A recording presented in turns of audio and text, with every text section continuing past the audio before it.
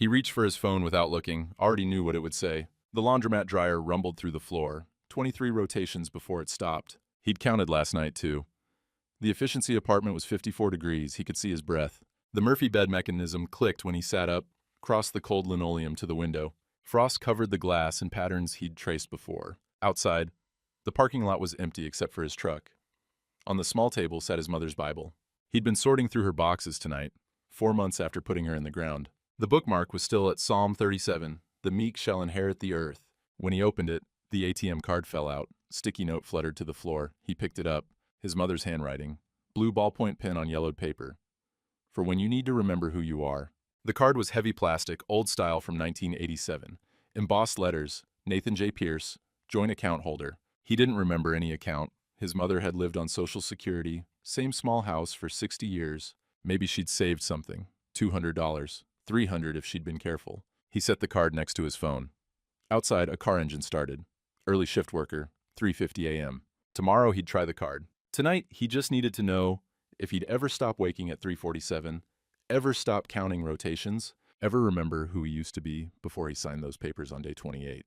Tomorrow, he'd find out if his mother left him enough to remember, or just enough to survive one more month. The conference room was on the 14th floor. Nathan arrived 10 minutes early, sat in the lobby on a vinyl chair next to magazines from 2019. Through the window, February sleet streaked the glass.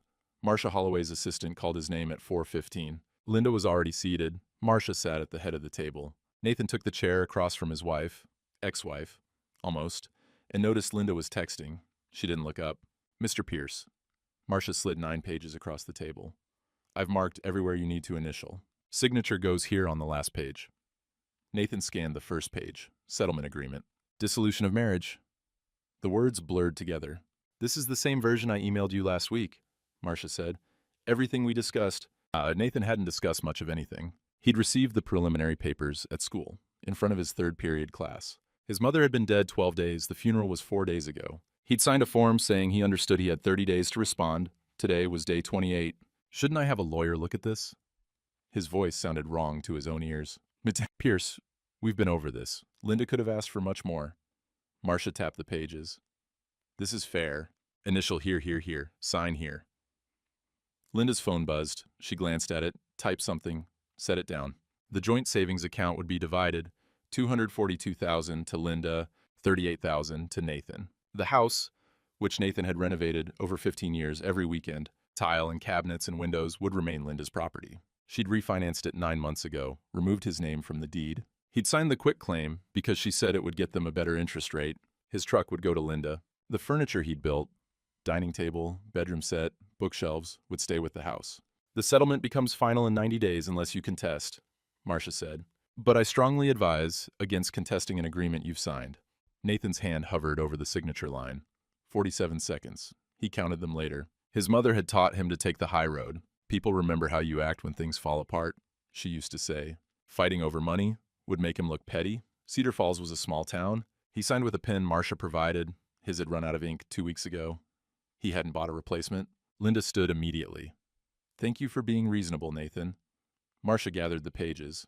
"We'll file tomorrow. You'll get copies." They left together, Linda and her attorney, already talking about something else. Nathan sat in the conference room for 12 minutes. The security guard finally appeared in the doorway.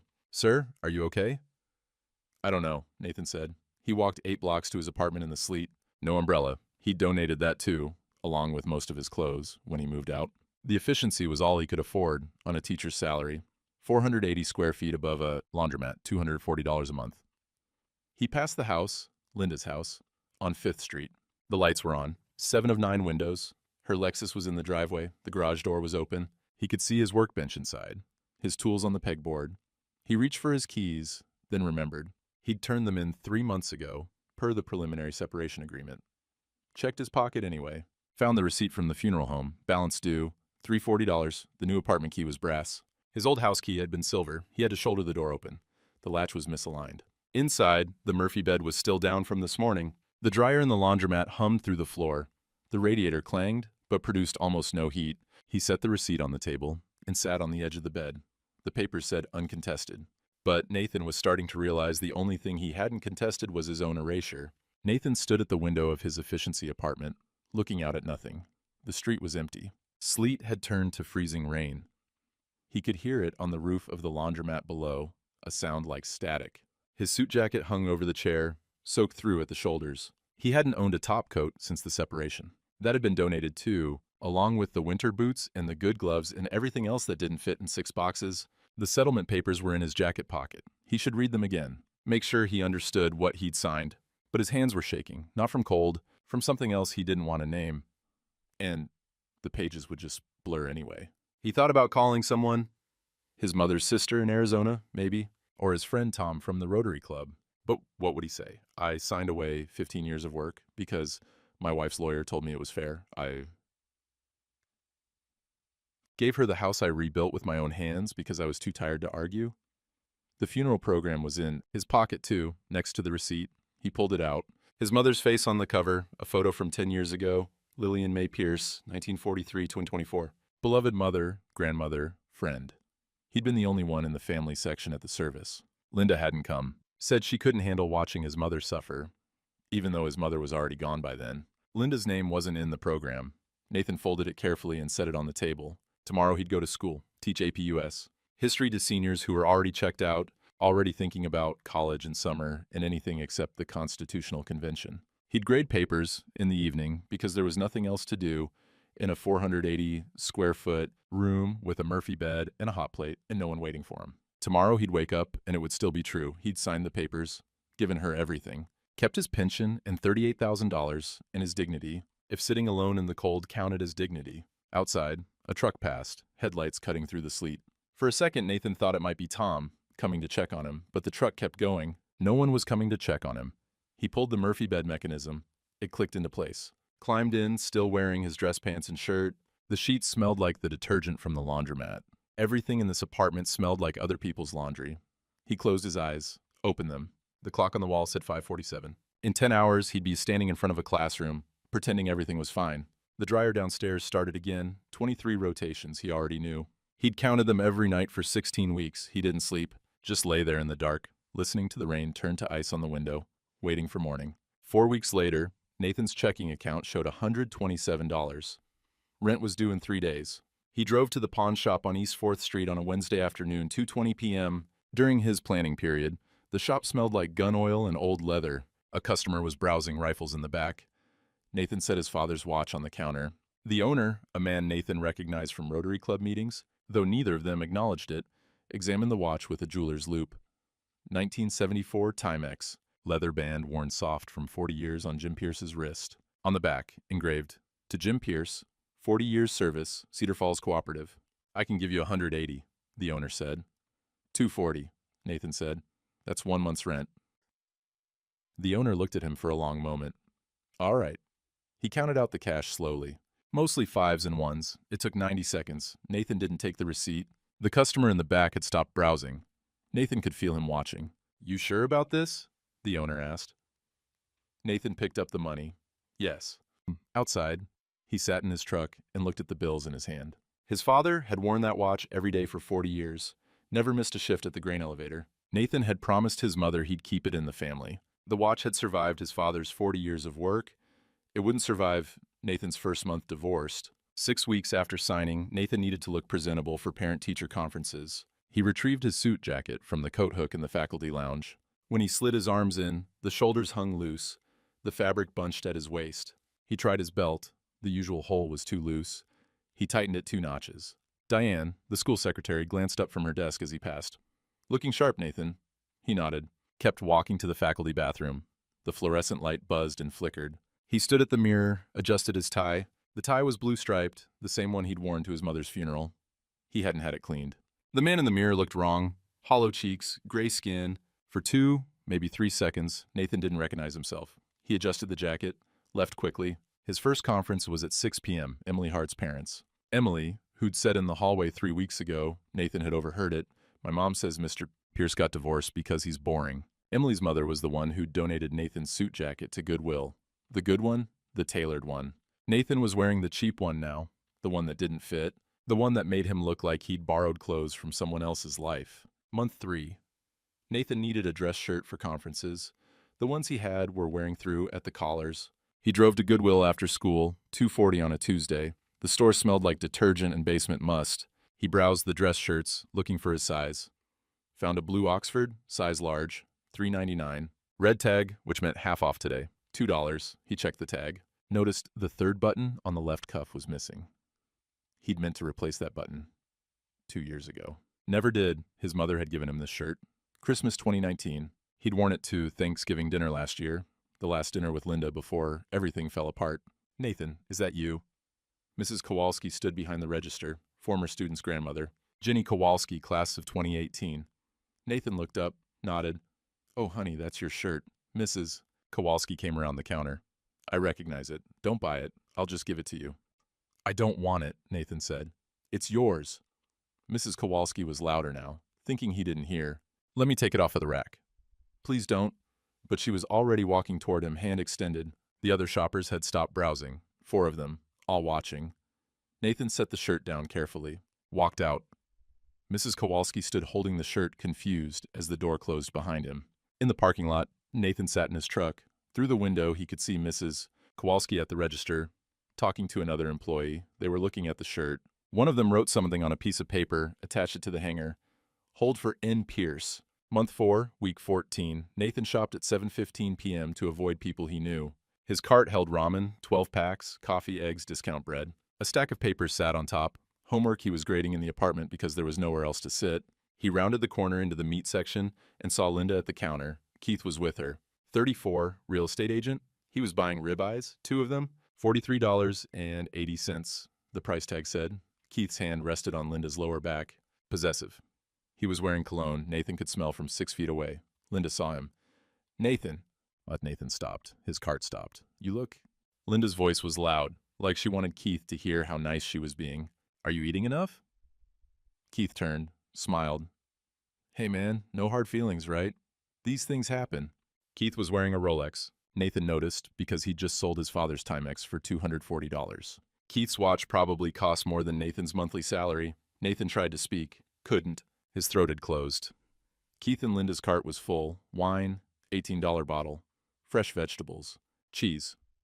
Bakery bread. Nathan's cart had ramen. He left his cart in the aisle, walked out. The store PA system announced, clean up on aisle 7, before he reached the parking lot. In his truck, he sat with the engine off. Took out his phone. Linda's contacts still had their wedding photo. 96. Her in white. Him in a rented tux, both of them 24 and stupid. His thumb hovered over call. 18 seconds. Through the windshield, he saw Keith's truck pull into the lot. Red F-150. In the truck bed, Nathan's table saw, his miter box, his nail gun. The tools he'd left in the garage because the settlement said Linda kept garage contents. Keith parked 3 spaces over, got out, didn't see Nathan, walked into the store. Nathan locked his phone, started the engine. He drove past the house. Workshop light was on in the garage. Keith was inside, using the table saw. Nathan's table saw, with his initials carved in the handle. NJP, on 2008. Nathan kept driving. He didn't go home, just drove. 40 minutes through Cedar Falls, past the college, past the co-op where his father had worked, past his mother's house with the for sale sign in the yard. When he finally parked outside his efficiency apartment, it was 9:00 p.m. The laundromat was closed. For once, it was quiet. He sat in the dark truck and understood. The high road doesn't have any exits. Week 12. Nathan applied for a better apartment. $650 a month. Ground floor, full kitchen. The building manager was Susan, a woman in her 50s whose son had been Nathan's student in 2015. She ran his credit check. The printer jammed. She ran it again. I'm sorry, Mr. Pierce. She slid the report across her desk. I can't approve this. His credit score was 618. It had been 780 when he got married. The report was 4 pages, stapled wrong. Susan had to restaple it while Nathan watched. Loan in default, $60,000, business loan. Nathan had co-signed it 18 months ago when Linda said she was starting a marketing consulting startup. The startup never happened. The loan payments had come from their joint account until Linda stopped paying. 3 credit cards Nathan had never applied for. Opened in joint names, maxed out. Inquiries from furniture stores Nathan had never visited. You'll need to dispute these, Susan said. Individually, Nathan took the report, went to his truck, called the credit bureau, was on hold for 18 minutes, smooth jazz. It cut out every 30 seconds, then resumed. When the representative finally answered, her voice shifted when she pulled up his account, went from script to something else. Careful.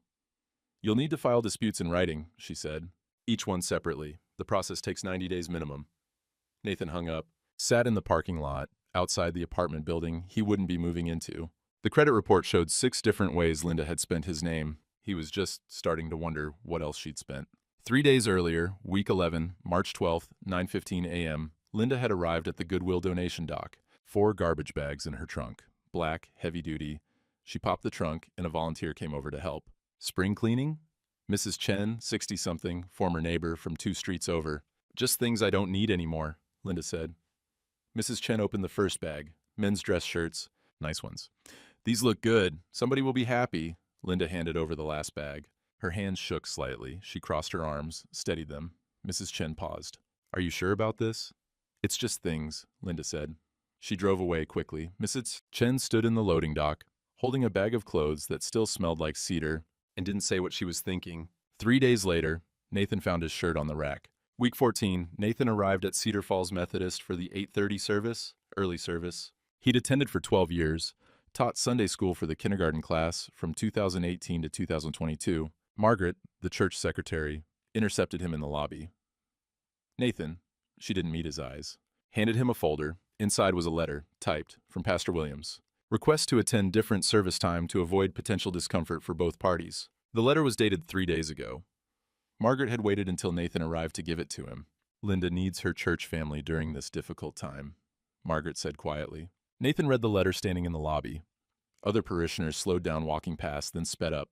Inside, the organ started, Great is thy faithfulness. The folder also contained his last 3 months of tithing envelopes, uncashed. He'd stopped giving after the divorce. But the envelopes were still there, returned to him like homework marked incomplete. He left without attending the service. Sat in his truck in the parking lot, counted cars, 43. He recognized 8 former friends. The church had chosen Linda. She contributed to the building fund. Nathan had just taught children how to color inside the lines. God might forgive all sinners equally. But apparently Cedar Falls Methodist had a preferred donor list. Week 15, late Thursday night, Nathan finally went to his mother's house to pack her belongings. 5 months after the funeral, he'd been avoiding it. Her bedroom still smelled like Jergens lotion and Folgers coffee. The bed was made. She'd made it the morning she went to the hospital and never came back. He opened the nightstand drawer. Bible. Reading glasses. Hearing aid batteries. The Bible was worn at Psalms. He opened it to the bookmark. Psalm 37. The meek shall inherit the earth. When he removed the bookmark, the ATM card fell out. Sticky note attached. Yellow with age. His mother's handwriting. For when you need to remember who you are. Nathan picked up the card. Heavy plastic, old style. Embossed. Nathan J. Pierce, joint account holder. He didn't remember his mother adding him to any account. She'd lived on Social Security, same house for 60 years, shopped with coupons, saved quarters in a Tupperware container for the laundromat. He sat on the floor with the card in his hand. 8 minutes. The house was silent except for the furnace clicking on. He put the card in his wallet, continued packing. In the nightstand, he found the Tupperware container, full of quarters. His mother had been saving them until the day she died. Nathan took the container. He'd need it for the laundromat in his efficiency apartment. The card could wait until tomorrow. Same night, earlier, 7:20 p.m. Nathan had driven past the house. He shouldn't have, but he did. The lights were on.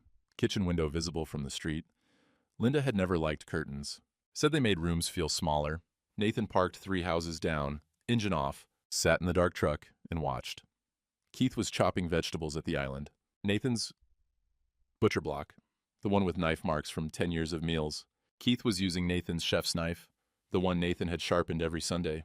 Linda stood at the stove, stirring something in the Le Creuset Dutch oven, wedding gift from Nathan's mother. Linda was wearing Nathan's BBQ apron. Grill sergeant, they were laughing.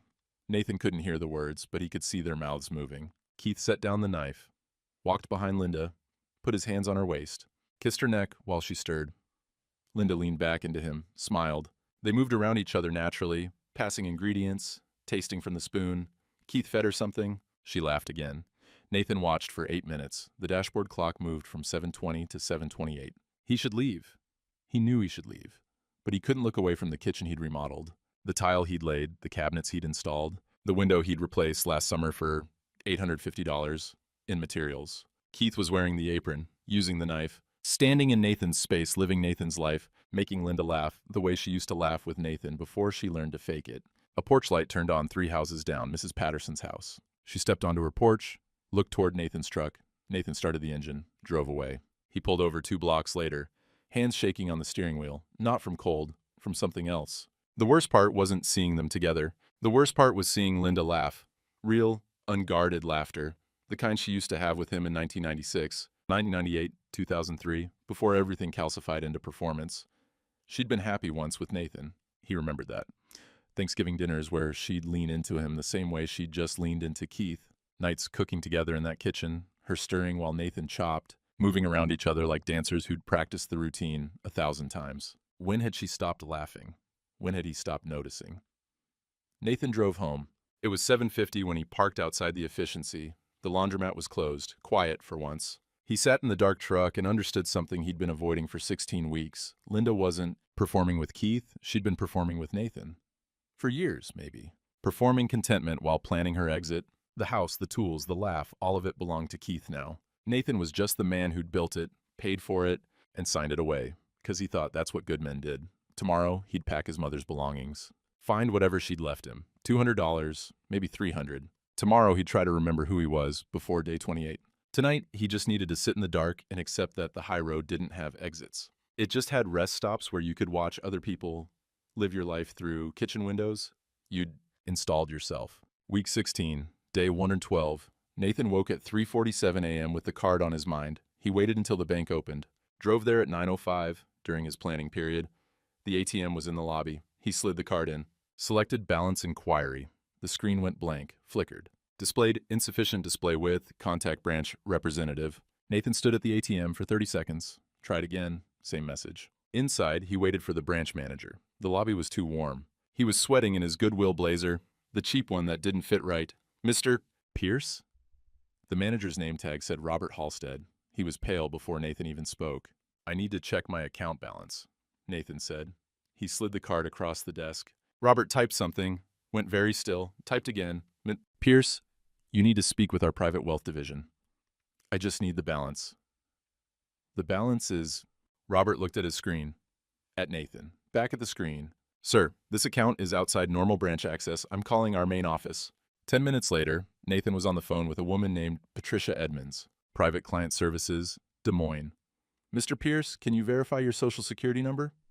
He did. And your mother's full name and date of birth? Lillian May Pierce, née Hartman, May 12th, 1943. Pierce, I'm looking at your account now. You're listed as joint holder on trust account 1987-447B. The current balance is $47,318,442.67. Nathan didn't say anything. Well, Pierce, say that again. Ashno, $47,318,000. How? Patricia's voice shifted, professional to careful. The account was established in 1987. Original holder, Lillian May Pierce. You were added as joint account holder in 1989. The origin appears to be equity stake in a venture capital firm. It's been invested conservatively through the firm's successor companies for 37 years. Nathan drove to his mother's house, unlocked the door with the key he'd kept. In her bedroom, he found the file box in the closet, labeled in his mother's handwriting, Financial, Nathan. Inside, quarterly statements, 37 years worth, everyone kept, filed by year. Original trust documents dated 1987. A letter, handwritten, from someone named Gerald Whitmore. Lillian has more integrity than anyone I've known in 40 years of business. This is not charity. This is earned. She was loyal when loyalty meant something. She stayed when others left. She asked for nothing. I'm giving her 12% equity in the firm because I should have done it 20 years ago. Nathan read it twice. At the bottom of the box, his mother's journal. One entry dated July 1989 added Nathan to the account today. He's 8 years old. He won't understand for a long time. Maybe he'll never need it. But I know how the world works. I know what happens to good men. They get used. They get told that being quiet means being weak. They give everything and get nothing back. Nathan will need this someday. When he learns the world isn't fair to good men. When he finds out that taking the high road sometimes means walking off a cliff. This money won't fix what breaks. But it will give him choices. It will remind him who he is. Nathan sat on the floor of his mother's bedroom, surrounded by paper. The account statements showed steady growth. Conservative investments? His mother never touched it. Never spent a dollar. Lived on Social Security in the same house for 60 years. Saved quarters in Tupperware. Clipped coupons. She'd been protecting him for 35 years. Linda had pushed for a fast divorce specifically to file before his mother's estate was settled. She'd assumed his mother had maybe $50,000 in savings. She had no idea. The money didn't change what Linda had done. It didn't give him back the 6 months he'd lost, the 22 pounds, the sleep pattern that would never fully heal. But it changed what Nathan could do about it. Nathan drove to Des Moines the next morning, looked up attorneys, found Stuart Holbrook, top family law specialist, $850 an hour. Stuart's office was downtown, 18th floor, view of the Capitol. "Mr. Pierce, have a seat." Nathan sat, explained the situation, the 30-day deadline, while his mother was dying. The signing 12 days after her death.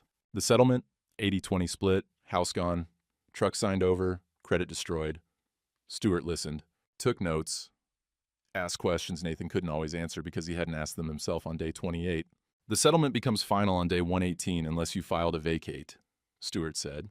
"That's 3 weeks from now. Can I vacate it?" "Possibly.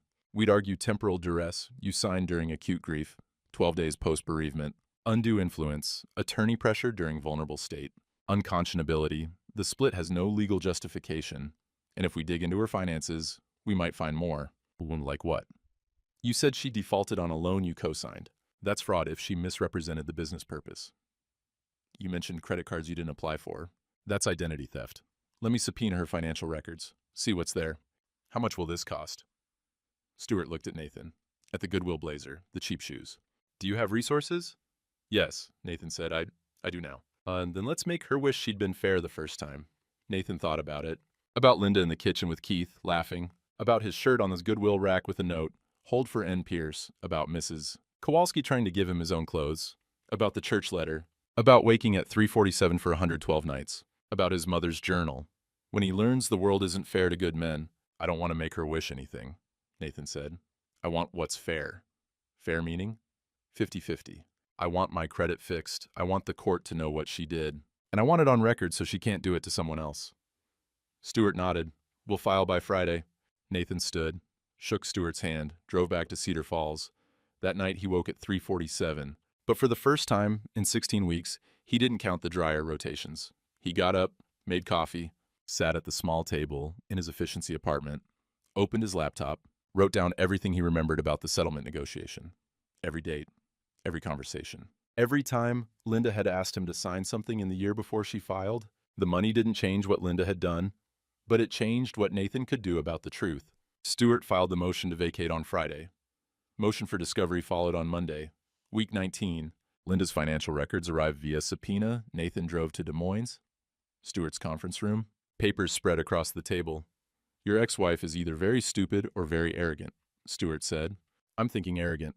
The business loan, $60,000. Linda applied for it 18 months before filing, told the bank she was starting a marketing consulting firm, used Nathan's income and pension to qualify.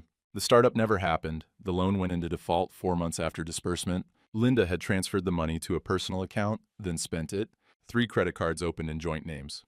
Linda forged Nathan's signature on the applications.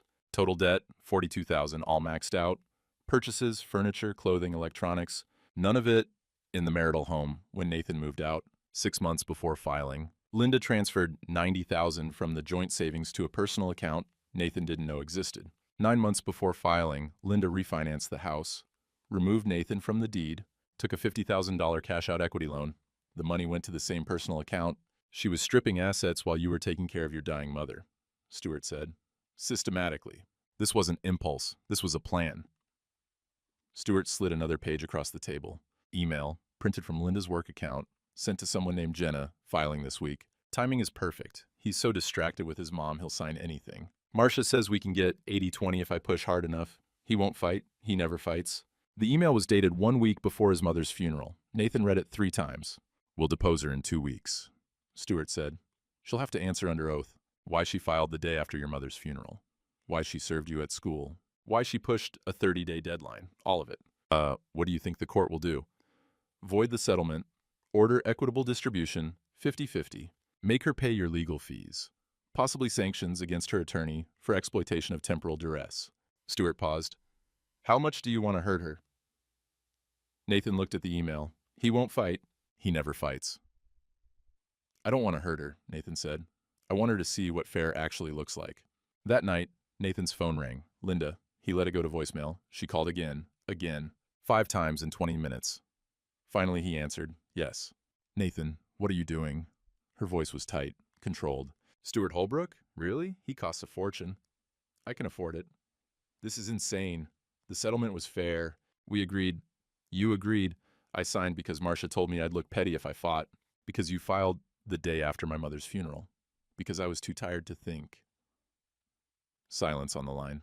Nathan, let's talk about this. We don't need lawyers. Your lawyer already deposed me.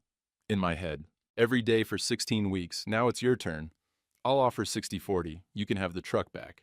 I'll pay your legal fees. 50-50. That's what the law says. That's what fair means. You're being unreasonable. Linda, I saw the email. Longer silence. What email? Timing is perfect. He'll sign anything. That email. He heard her breathing change. The deposition is in 6 days, Nathan said. Stuart will ask you why you filed the day after my mother's funeral. You'll answer under oath. The transcript will be public record. Everyone in Cedar Falls will read it. Nathan. You wanted the house. You got it. You wanted the money. You got it. You wanted me gone. I'm gone, but you don't get to rewrite what happened. Not anymore. He hung up. She called back immediately. He blocked the number. Nathan Pierce, 53, Cedar Falls High School history teacher, has filed a motion to vacate his divorce settlement, alleging temporal duress and undue influence. Court documents show Pierce signed the agreement 12 days after his mother's death, during what his attorney calls acute bereavement and documented grief. The settlement gave his ex-wife 80% of marital assets. The article included quotes from the motion, details about the timeline, the business loan default, the email. By noon, Nathan's phone had 6 messages. Former friends, neighbors, people he hadn't heard from in months. Tom from Rotary Club. Nathan, I had no idea. I'm so sorry. Call me. The school principal stopped by his classroom during planning period. Nathan, I read the article. We should have checked on you. I should have checked on you. It's fine, Nathan said. It's not fine. You're a good teacher. You've been here almost 30 years. We want you to lead the department next year, if you're interested. Nathan nodded. I'll think about it. And at the hardware store that afternoon, the owner, a man named Frank who'd sold Nathan materials for 15 years of renovations, stopped him at the register. Your money's no good here today, Frank said. Coffee's on me. I'm just buying screws. I don't care. I read what she did. That's low, real low. Nathan took the free coffee. Sat in his truck in the parking lot. The town was reading the truth. Finally. Week 23. Nathan was grading papers in his apartment when someone knocked. He opened the door. Tom from Rotary Club. Can I come in? Nathan stepped aside. Tom looked around the efficiency. The Murphy bed, the hot plate, the single chair. Jesus, Nathan. You've been living here? It's what I could afford. Tom sat on the edge of the bed. I'm sorry. We all assumed. Linda said you wanted the separation, that you agreed to everything. She made it sound mutual. It wasn't. Yeah, I'm seeing that now. Tom rubbed his face. Look, a bunch of us have been talking. The Rotary guys. We want to help. If you need... I don't need help, but thank you. The article said you hired Stuart Holbrook. That's not cheap. I can afford it. Tom looked at him. Okay, but if you need anything, you call me. After Tom left, Nathan sat at the table. His phone showed 3 more messages. People he hadn't talked to in months. Former friends coming back now that the truth was public. It should have felt good. Vindication, support. Instead, it felt like watching people read a map they should have been able to see the whole time. Week 25. Linda's deposition, Stuart's office. Des Moines. Nathan didn't attend. Stuart said it was better that way. Let Linda answer questions without Nathan in the room. Stuart called him that evening. We have her, Stuart said. On record, under oath. Every question I asked, she either incriminated herself or looked evasive. Tell me. Stuart read from notes. Q. Why did you serve divorce papers on February 17th? 80. It was time. Q. That was the day after Mr. Pierce's mother's funeral, correct? A. Yes. Why that day specifically? A. No. It was just timing. Q. You waited 27 years of marriage. You couldn't wait one more week? It wasn't like that. Cool. Did you transfer $90,000 from the joint savings account to a personal account 6 months before filing? A. I needed to protect my assets. Q. From your husband. A. From the divorce. Q. But you hadn't filed yet. A. I was planning to file. Q. Did you write this email? Email presented. Timing is perfect. He'll sign anything. A. I don't remember. Q. It's from your work account. Date. February 10th, 2024. 1 week before you filed. Do you remember now? A. I may have been venting to a friend. Q. Venting. Is that what you call premeditated exploitation of your husband's grief? A. Objection. Argumentative. Linda's attorney, don't answer that. She crumbled, Stewart said. Tried to explain away the timing, the email, the loan defaults. Every answer made it worse. Her own attorney looked uncomfortable. What happens now? Her attorney will try to settle. Probably this week. They don't want this going to a hearing. The transcript is public record, every detail. Linda works in marketing, client-facing. This makes her look calculating and cruel, bad for business. 2 days later, Linda's new attorney called. Marcia Holloway had quietly referred the case to someone else. The offer. 60-40 split in Linda's favor. Nathan gets his truck back. Linda pays Nathan's legal fees to date. Stewart called Nathan. They're offering 60-40. We can do better in court. The judge is going to be livid when he sees that email. Nathan thought about it. About Linda in the deposition, trying to explain why she'd filed the day after his mother's funeral. About the transcript becoming public. About his mother's journal. This won't fix what breaks, but it will give him choices. No, Nathan said. I don't want better. I want fair. Tell them 50-50, or we go to court. Linda pays my legal fees, and I want my credit cleared. That's it. You sure? We could push for more. I'm sure. Fair isn't about winning. It's about the truth stopping being negotiable. Stewart was quiet for a moment. All right, I'll tell them. Week 28, the hearing. Nathan attended this time. Judge Catherine Morrison presided. She read the motion, the evidence, the deposition transcript, looked at Linda's attorney. Counselor, your client served divorce papers the day after Mr. Pierce buried his mother. She pushed a 30-day deadline while he was actively grieving. She sent an email saying, and I quote, he'll sign anything. Explain to me why I shouldn't sanction her for exploitation of temporal vulnerability. Linda's attorney stood. Your Honor, my client acted on advice of counsel. Which counsel, Ms. Holloway isn't here today. Ms. Holloway felt it was best to refer the case because she knew her tactics wouldn't survive scrutiny. Judge Morrison looked at Linda. Ms. Pierce, stand up. Linda stood. Did you file for divorce the day after your husband's mother's funeral? Yes, Your Honor. Why? It was time. You waited 27 years. You couldn't wait one more week?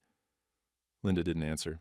Did you transfer $90,000 from the joint account before filing? Yes. Did you default on a business loan your husband co-signed? The business didn't work out. Did you default, yes or no? Yes. Judge Morrison looked at the file. The original settlement gave you 80% of marital assets, a house Mr. Pierce renovated with his own hands, tools he bought, furniture he built, all while he earned 1/3 of your income. What part of that seemed fair to you? Linda's attorney. Your Honor, we're prepared to offer. I'm not interested in offers. I'm interested in justice. Judge Morrison signed an order. The settlement dated February 28, 2024 is hereby void. The court orders equitable distribution, 50-50 split of all marital assets. The house will be sold and proceeds divided. Ms. Pierce will pay Mr. Pierce's legal fees in full. Ms. Pierce is responsible for all debt incurred in joint names, including the business loan. Mr. Pierce's credit report will be corrected to reflect this order. She looked at Linda again. Ms. Pierce, I'm entering a formal finding that you exploited your husband's bereavement for financial gain. That finding will remain in the court record permanently. Do you have anything to say? Linda's attorney whispered something. Linda shook her head. Then we're done here. Outside the courthouse, Stewart shook Nathan's hand. That's as close to a judicial reprimand as I've ever seen. Congratulations. Nathan nodded. Thank you. What will you do now? Go back to teaching, grade papers, live my life? You're not going to celebrate? Nathan looked at the courthouse. Winning isn't the same as getting back what was lost. The judge said justice was served. But justice is just the moment when the truth stops being negotiable. Stewart studied him. You're more philosophical than most of my clients. I teach history. I know how this ends. Linda loses the house, the reputation, the boyfriend. I get my money back, my credit fixed, my dignity acknowledged. But neither of us gets back the 28 years. Neither of us gets to say it meant something. Fair point. Nathan walked to his truck, drove back to Cedar Falls. It was June, late afternoon, summer heat after months of cold. The house, Linda's house, soon to be sold, had a for sale sign in the yard when he passed. He didn't slow down. Month 8. The house sold in August. Nathan didn't go to the closing. Stewart handled it. The proceeds were divided electronically. Nathan's half appeared in his checking account on a Wednesday, $167,400. He left most of it there. Didn't touch the trust account either. $47 million felt like someone else's money. The $167,000 felt like proof of something, though he wasn't sure what. He moved to a new apartment, 1 bedroom, 8 miles from Cedar Falls, $650 a month, ground floor, full kitchen, working air conditioning. The apartment had a small patio. He bought a chair, sat there in the evenings, grading papers, drinking coffee. He didn't buy new furniture. Didn't need much. A table, a bed, a lamp. The Tupperware container of quarters sat on the kitchen counter. He still did laundry at the laundromat, even though the apartment building had machines. Habit. The town had shifted. Coffee shop, late August. Nathan overheard two women talking. Did you hear? Linda had to move to an apartment smaller than the one Nathan had. Keith broke up with her too. Saw it on Facebook. Can you blame him? That court transcript. Everyone read it. Timing is perfect. He'll sign anything. That's cold. I always liked Nathan. Quiet guy, good teacher. Nathan didn't turn around. Paid for his coffee, left. School started the last week of August. First faculty meeting. The principal announced Nathan would lead the history department. Nathan's been here 28 years. He's an excellent teacher and a better man than most of us gave him credit for. Congratulations, Nathan. Polite applause. Diane, the school secretary, smiled at him. Jerry, the math teacher, shook his hand after. Nathan taught his classes. AP U.S. History, the Constitutional Convention, Federalist Papers. Students who actually paid attention this year. One student, Emily Hart, the one who'd said Nathan was boring, stayed after class in September. Mr. Pierce, I'm sorry for what I said last year. About you being... I didn't know. I was stupid. You were 17, Nathan said. 17-year-olds are supposed to be stupid. It's part of the job. She laughed. Left. Nathan erased the board, gathered his papers, went home to his apartment with the patio and the working air conditioning and the life that wasn't the one he'd built but was the one he had. September. Nathan ran into Linda at the grocery store. She was alone. No Keith. She looked tired, thinner. Her cart had budget brands. She saw him, stopped. Nathan. Linda. They stood in the cereal aisle. Other shoppers moved around them. I heard you're department lead now, she said. Congratulations. Thank you. I wanted to say, I'm sorry for how it happened. I was wrong. Nathan looked at her, at the woman he'd been married to for 27 years, the woman who'd sent that email, the woman who'd filed the day after his mother's funeral. Okay, he said. That's it? Just okay? What do you want me to say, Linda? I don't know. Something, anything. Nathan adjusted his cart. I hope you're doing all right. I mean that, but I can't do this conversation. Not here. Not now. He walked away. Linda stood in the cereal aisle, watching him go. In his truck, Nathan sat for a minute, hands steady on the wheel, no shaking, no counting, just quiet. He'd seen her, spoken to her, and he'd felt nothing, no rage, no satisfaction, nothing. Maybe that was healing, maybe it was just scar tissue. Either way, it meant he could go home, make dinner, grade papers, live his life without her in it. October. Tom from Rotary Club invited Nathan to a barbecue. First social event Nathan had attended in a year. He almost said no, then thought about his mother's journal. When he finds out the world isn't fair to good men. He went. Tom's backyard. 12 people. Some Nathan knew, some he didn't. They asked about the case. About Linda. Nathan answered briefly. Changed the subject. Frank from the hardware store was there. Nathan, you need anything for that new place? I'll give you contractor pricing. I'm good. Thank you. And a woman Nathan didn't know introduced herself. Michelle. Teacher at the elementary school.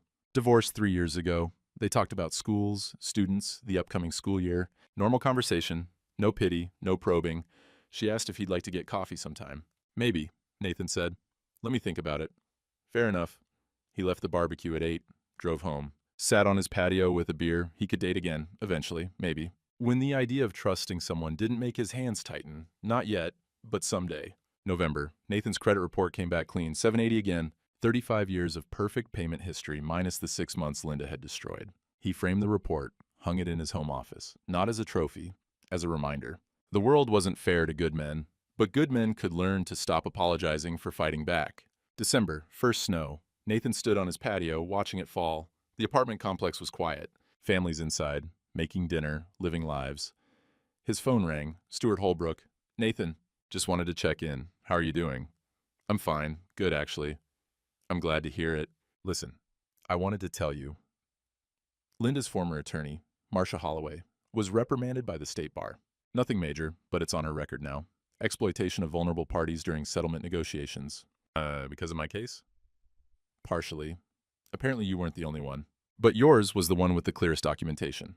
The email, the timeline, the judge's finding. Good, Nathan said. Maybe she'll think twice next time. Maybe. Anyway, I wanted you to know. Oh, and Linda lost her job. Marketing firm let her go in October. Said it was performance-based, but we both know why. Nathan was quiet. You still there? Stuart asked. Yeah, I don't feel good about that. Why not? She tried to destroy you. I know. But destroying her back doesn't fix anything. It just means we both lost. Stuart laughed. You're a strange client, Nathan. Most people want blood. I wanted fair. I got it. What happens to Linda now is her choice. They hung up. Nathan watched the snow. Thought about Linda losing her job, her career, the reputation she'd spent 20 years building. She'd earned it. He knew that. Every consequence was directly traceable to her choices. But it still felt like watching someone drown, even if they'd jumped in themselves. Fair didn't feel like victory. It just felt like the truth finally had the same weight as the lies. January, year 2. Nathan woke at 6:30 a.m., no alarm, just woke. He hadn't woken at 3:47 in 4 months. Didn't know when it stopped. Just noticed one morning it was gone. He made coffee.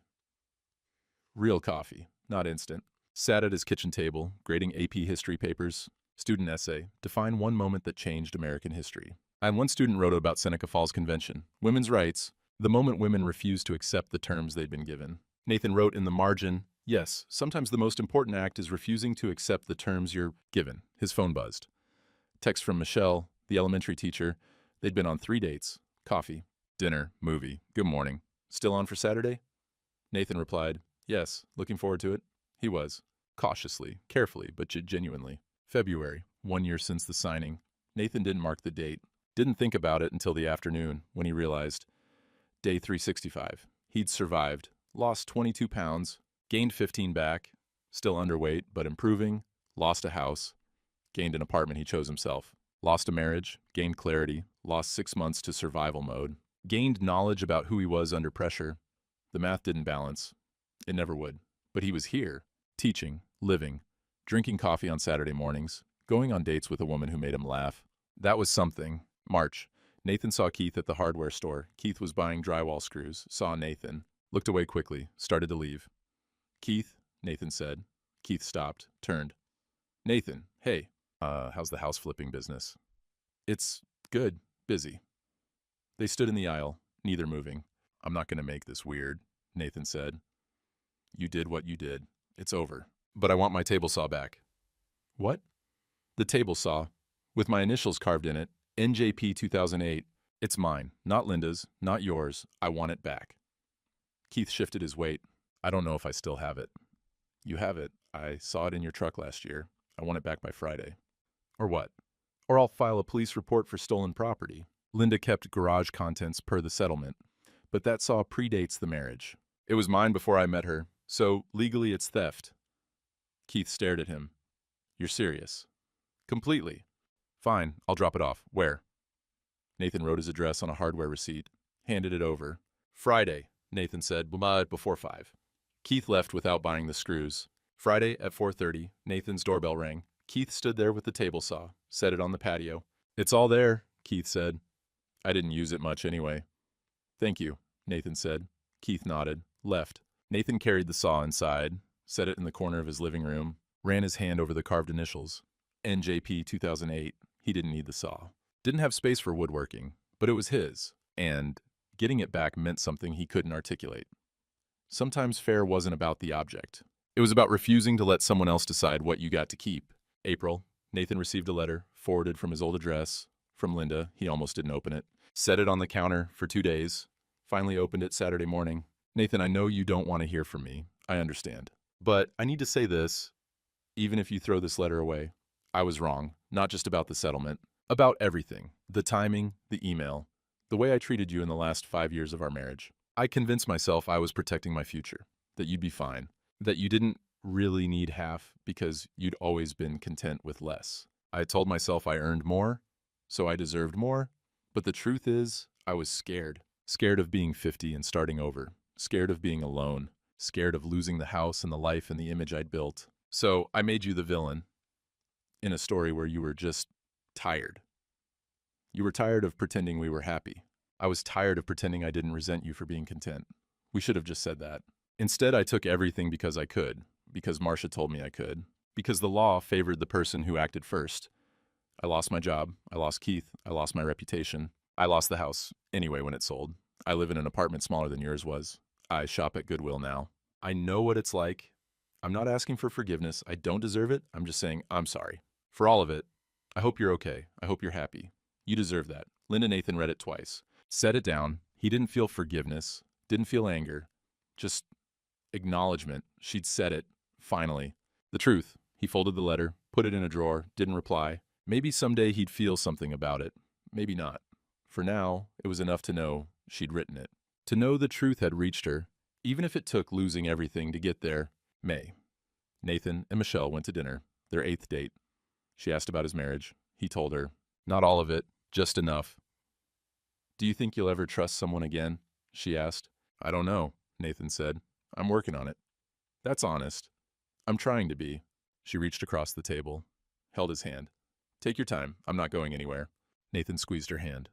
Thank you. They finished dinner, walked to her car. She kissed him goodnight. Not their first kiss, but the first one that felt like a promise instead of a test. Driving home, Nathan thought about trust, how it's built slowly, how it's destroyed quickly, how rebuilding it means accepting that the foundation will never be quite as solid as it was before the first break, but solid enough. Maybe that was all anyone could hope for. Year 2, September. Nathan sat at his kitchen table on a Saturday morning, coffee in a plain white mug. First frost overnight, windows fogged. He could see his breath until the heat kicked in. He was grading essays. AP US History. Good kids this year. Smart, engaged. The trust account still had $47 million, mostly untouched. The checking account had $212,000. His salary, plus the settlement proceeds, plus interest. He still lived in the same one-bedroom apartment, still drove the 2011 F-150, still did laundry at the laundromat even though the building had machines. Michelle asked him once why he didn't upgrade. Get a house, new truck, travel. I don't need those things, he'd said. But you can afford them. Having money and needing money are different things. She'd kissed him, said she understood. Nathan calculated sometimes the cost of what happened. 6 months of his 50s lost to survival mode. 22 pounds he'd mostly gained back. But his body was different now, carried the weight differently, tired more easily, sleep patterns permanently disrupted. Still woke at 3:47 some nights, not every night, but enough. His father's watch sold for $240, never recovered, gone. Trust in marriage as an institution, damaged, maybe irreparably. The ability to enter rooms without checking exits first, lost. 28 years of shared history with Linda, now contaminated by how it ended. But also, knowledge of who he was under pressure, gained. Clarity about what he needed versus what he thought he should want, gained. Relationships with people who showed up after reading the truth, gained. Professional respect, department lead, students who listen, gained. Michelle, cautious, careful, real, gained. The math didn't balance. It never would. He thought about Linda sometimes, wondered if she was okay. He'd heard she was working at a smaller firm now. Marketing coordinator, not director. Renting an apartment in Waterloo, 40 minutes away. Dating someone new? Maybe. Or maybe not. He hoped she was okay. He meant that. Not because he forgave her. He didn't. Not fully. But because he'd learned that carrying rage was heavier than carrying regret. Regret you could set down sometimes. Rage you had to feed. He was tired of feeding anything except his own life. Nathan's phone buzzed. Michelle, coffee later, my place? He replied, yes, what time? Noon? See you then. He returned to grading. Student essay about the Constitutional Convention. The kid had written, sometimes the most important thing is knowing when to start over with better rules. Nathan wrote in the margin, exactly. The old rules weren't working. They had the courage to admit it. He closed the paper, looked out the window at the frost-burned maple tree in the parking lot. Leaves half-turned, gold and green together, not quite fall, not quite winter. Some things didn't need clean endings. Outside, the apartment building was waking up, footsteps above, coffee maker next door. Car starting in the lot, not silent, but not the drier earthquake of the efficiency above the laundromat. Ordinary noise of ordinary people living ordinary lives. Nathan finished his coffee, gathered his papers, put on his jacket. He had a date at noon, papers to grade tomorrow, a department meeting Monday. A life that wasn't the one he'd built with Linda, but was the one he'd built after her. The court had called it settlement, but Nathan knew some things never settle. They just stop moving long enough to look like peace. He'd won the case, got his money back, got his credit fixed, got his dignity acknowledged, but he hadn't won the war, because there was no war. Just two people who'd built something together, then torn it down because one of them got scared and the other got tired. And in the wreckage, Nathan had learned fair wasn't about revenge. Fair was about the truth having the same weight as the lies. Dignity wasn't about never falling. It was about deciding how you stood back up. And the high road didn't have exits. But it had rest stops where you could sit down, catch your breath, and decide if you wanted to keep walking. Nathan locked his apartment, walked to his truck, drove to Michelle's place. The frost was already melting. But for now, it held everything still. And Nathan found he didn't mind the cold as much as he used to. Late September, year 2, Saturday morning, 6:47 a.m., Nathan sat at his small kitchen table. Coffee in a plain white mug. Not the wedding china, he'd donated all of that. The mug was simple white ceramic, bought at Target for $4. It held coffee the same as the expensive ones had. The apartment was quiet. First frost overnight. Windows fogged from the cold outside meeting the warmth inside. He could see his breath until the heat kicked in with a metallic click and a low hum. He was grading essays from AP US History, his choice now. No longer assigned the worst sections. The test prep classes filled with seniors who'd already checked out. These were students who wanted to learn, who asked questions, who wrote essays that required actual thought to grade. The radio played low on the counter. NPR Weekend Edition. Same station his mother used to listen to while she clipped coupons at her kitchen table, saving quarters in Tupperware, protecting a secret that wouldn't be revealed for 35 years. One student had written about the Seneca Falls Convention. The moment women refused to accept the terms they'd been given. Demanded to be seen as full people, not property, not lesser. Nathan wrote in the margin, "Yes, sometimes the most important act is refusing to accept the terms you're given." He set down his pen, took a sip of coffee. His phone buzzed on the table. Text from Michelle, "Movie tonight? Your pick." He smiled, typed back, "Sure, what time? 7? See you then." They'd been seeing each other for 7 months. Slowly, carefully, she knew about Linda, about the divorce, about the efficiency apartment in the 3:47 a.m. wake-ups in the 6 months of survival mode. She didn't push, didn't demand promises, just showed up, laughed with him, let him move at his own pace. Last week, she'd said, "You're different than most men I've dated. You're not trying to impress anyone." I don't have the energy for performance anymore," he'd said. "Good. I like the real version better." His mother's Bible still sat on the bookshelf across the room. Bookmark at Psalm 37. The sticky note was tucked inside, yellowed and soft from being held, for when you need to remember who you are. Nathan didn't need it anymore. He knew who he was now. Tested version, scarred in places, quieter than before, more careful about who he let close, but solid, grounded, real. The checking account showed $212,000. The trust account, $47 million, mostly untouched, sat in investments his mother had chosen decades ago. Conservative, steady, designed to last. He was still teaching. Turned down early retirement twice. Would probably teach another 10 years, maybe more. The money hadn't changed that. Hadn't changed him, really. Just changed what he could do when the truth needed defending. Through the window, Nathan watched the frost-burned maple tree in the parking lot.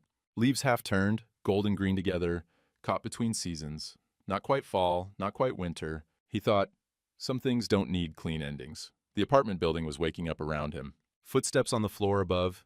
Probably the Johnsons getting their kids ready for soccer. Coffee maker gurgling in the next unit. The elderly woman who worked night shift at the hospital. Car starting in the lot. Early shift at the factory. Ordinary sounds. Ordinary people. Ordinary lives that were extraordinary in their persistence. Nathan returned to grading, picked up his pen. The next essay was about the Constitutional Convention. How the founders knew the Articles of Confederation weren't working. How they had to admit the old system was broken before they could build something better. Smart kid. Nathan wrote, "Exactly. Sometimes you have to acknowledge what's broken before you can build what works." He finished his coffee, set the mug in the sink, gathered his papers into a neat stack. Outside, the frost was already melting where the sun hit, but in the shadows, it held everything still. Sharp, clear, temporary but real. Nathan stood at the window for a moment, watched his breath fog the glass, watched it fade. He thought about Linda sometimes, hoped she was okay, meant it. He thought about his mother more often, wished he could thank her, tell her the card worked exactly the way she'd known it would. He thought about the man he'd been on day 28, sitting in that conference room, hand hovering over the signature line, thinking he had to take the high road because that's what good men did. That man had been broken by kindness, by the belief that being quiet meant being good. This man, the one standing at the window, in the small apartment, with the fogged glass and the melting frost, knew better now. Silence wasn't surrender, it was strategy. Taking the high road didn't mean accepting unfair terms. It meant refusing to become the person who'd hurt you. And fair wasn't about winning. Fair was about the truth finally having the same weight as the lies. Nathan grabbed his jacket. Keys. Wallet with the old ATM card still tucked inside, though he never used it. Kept it as a reminder. He had a date at 7, papers to grade tomorrow, a department meeting Monday. A life that wasn't the one he'd planned, but was the one he'd built from the pieces that remained. Outside, the cold air hit his face. Sharp, clean. Nathan walked to his truck, started the engine, let it warm. The frost was melting fast now. By noon, it would be gone entirely. But for this moment, it held everything still. And Nathan found he didn't mind the cold as much as he used to.